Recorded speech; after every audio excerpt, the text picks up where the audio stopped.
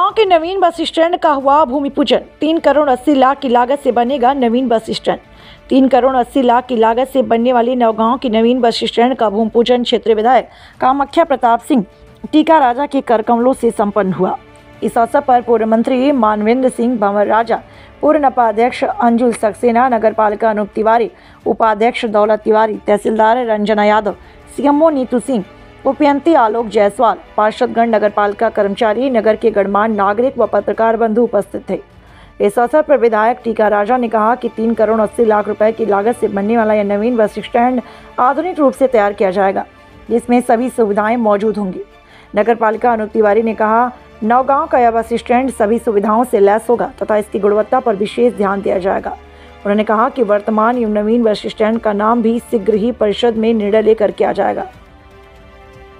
आज नौगांव में अंतर्राज्यीय बस स्टैंड का भूमि पूजन हुआ है। कैसे क्या व्यवस्था रहेगी और आने वाले तक कब तक निर्माण होगा? देखिए, हम लोग के नगर के लिए और हमारी विधानसभा के लिए सौभाग्य की बात है कि इतनी बड़ी योजना का हम लोग को लाभ मिल रहा है। 380 लाख की लागत से ये नवीन बस स्टैंड बनेगा, जो एक आधुनिक रूप से हर चीज से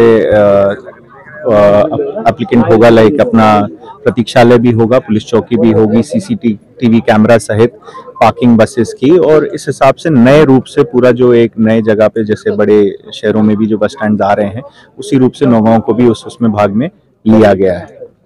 विधायक जी, यहाँ जिस स्थान पर बस स्टैंड बन रही है, यहाँ पे बड़ी संख्या में बड़ी जगह मतलब 30 से 35 बीघा जमीन पड़ी हुई है जी।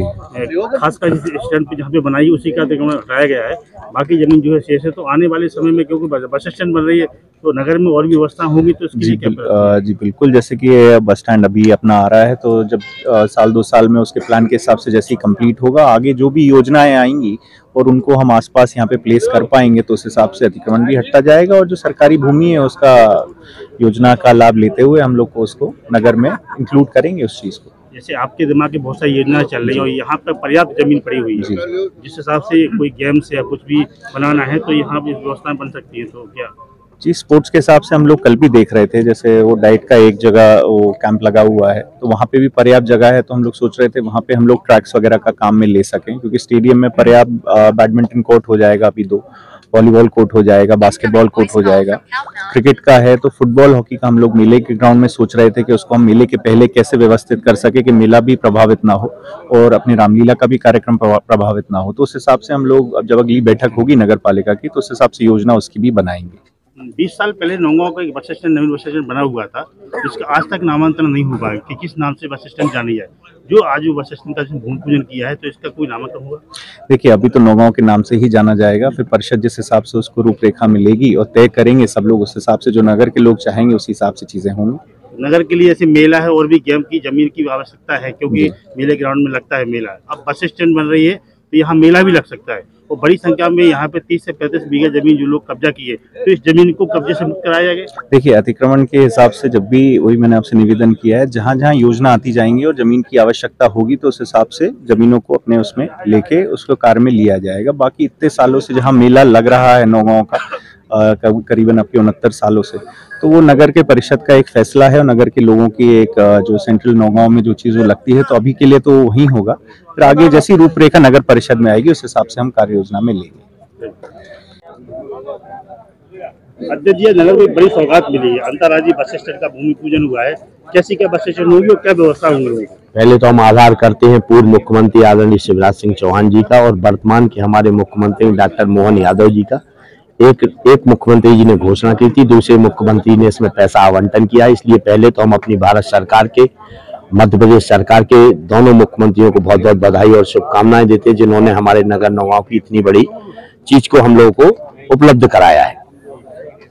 कैसी स्टैंड में व्यवस्था होंगी और क्या खासकर निर्माण कार्य को लेकर? जिस तरह से आपने देखा है भी सागर में बनाया गया है और भी ऐसे अंतर्राज्यीय बस स्टैंड बनाए गए, उसी के उपलक्ष्य में एक बृहद स्तर पर रूपरेखा बनाई गई थी, जिसमें चारों तरफ से सुरक्षित के लिए बाउंड्री वाल होगी।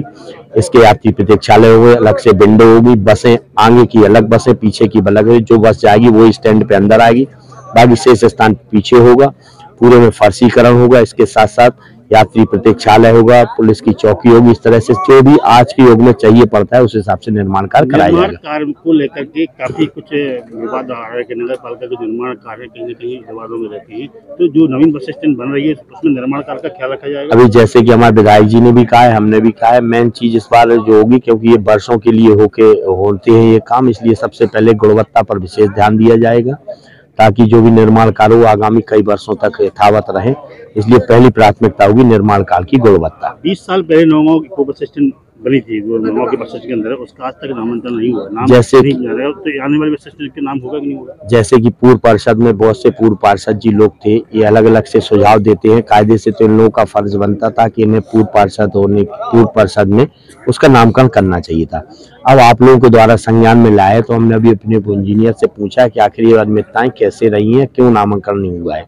तो हम लोगों की बात में ये आई है कि हमारी नवीन परिषद बैठी हुई है, नवीन परिषद में सभी के सहयोग से एक सर्वसम्मति से जो नाम होगा उसे पास करके उस बस स्टैंड को भी जो पूर्व में नहीं दिया गया नाम वो दिया जाएगा और नवीन बस स्टैंड का निर्माण होगा तो उसका तो नाम हम लोग दे ही देंगे। बस स्टैंड कितनी लागत से बनाया जा रहा है और कब तक बन के तैयार है? ये हर चीज भी समय सीमा तय है, लगभग 1 वर्ष में ये निर्माण होना चाहिए। 3 करोड़ 80 लाख रुपए की लागत से है। साथ में अब जो नए प्रावधान हो रहे हैं उसके अंतर्गत ये है कि हम जो भी निर्माण कार्य करें तो हम लोगों ने जैसे आज भी कल प्रेस में बताया था कि जो भी निर्माण कार्य होंगे उसके अंतर्गत हम लोग कभी भी लगता है कि पत्रकारों के सुझाव, गणमान्य नागरिकों के सुझाव, आम जनता का सुझाव है, उस अनुसार से कुछ निर्माण कार्य इधर के उधर कर सकते हैं लेआउट के उपरांत भी। तो जैसा भी हमारा यही मानना है, ये शहर का है, कोई हमारा नहीं है, तो जो भी निर्माण कार्य में अपन को लगता है कि इसे बेहतर तरीके से और व्यवस्थित कर सकते हैं उस अनुसार भी ये कार्य होंगे।